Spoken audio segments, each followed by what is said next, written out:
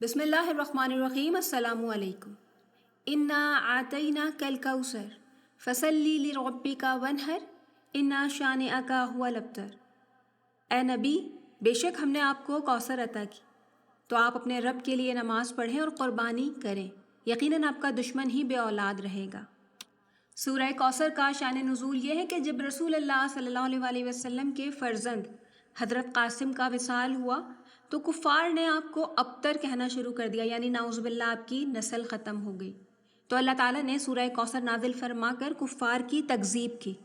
حضرت انس رضی اللہ عنہ سے مروی ہے کہ ایک روز رسول اللہ صلی اللہ علیہ وسلم پر غنودگی سی طاری ہو گئی اور پھر اچانک سر اٹھا کر مسکرائے۔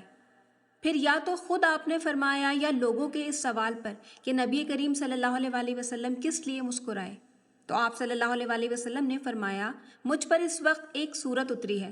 پھر آپ نے سورہ کوثر کی تلاوت کی اور فرمایا جانتے ہو کہ کوثر کیا ہے؟ لوگوں نے کہا اللہ اور اس کا رسول ہی جانتے ہیں۔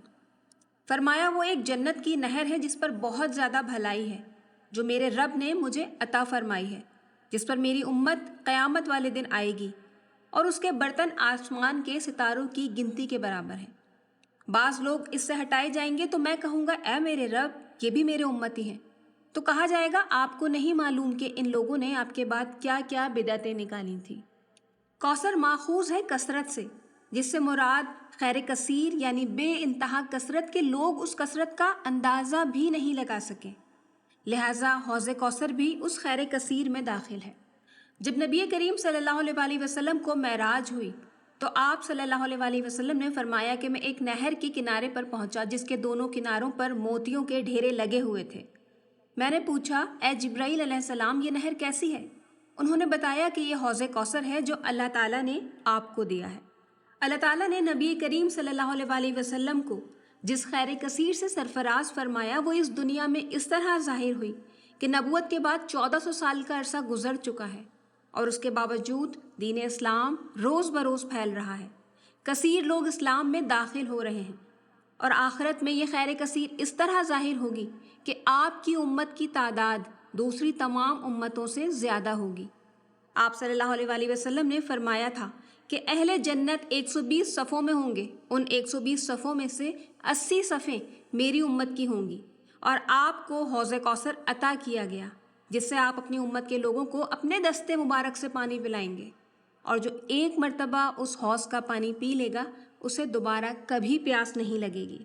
خلاصہ یہ ہے کہ اس سورہ مبارکہ میں اللہ تعالیٰ نے اپنے حبیب محمد مصطفیٰ صلی اللہ علیہ وسلم کو اس بات کا یقین دلایا ہے کہ آپ کا دشمن نیست و نابود ہوگا، اور اس کے برعکس آپ صلی اللہ علیہ وسلم کی اولاد کا سلسلہ حضرت فاطمۃ الزہرا رضی اللہ عنہا سے چلا۔ قیامت سے پہلے حضرت امام مہدی کا ظہور ہوگا، وہ بھی حضرت فاطمۃ الزہرا رضی اللہ عنہا کی اولاد میں سے ہوں گے۔ ویڈیو کا اختتام اس دعا سے کریں گے کہ اے اللہ، آپ اسلام کو غالب کر دیجئے اور مسلمانوں کی مدد فرمائیں، شرک اور مشرکین کو نیست و نابود کر دیں۔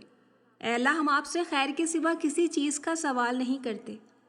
اے اللہ، اہل فلسطین کی مدد فرمائیں اور ہمیں دنیا اور آخرت میں بھلائی عطا فرمائیں، آمین۔ اگلی ویڈیو اپلوڈ ہونے تک اللہ حافظ۔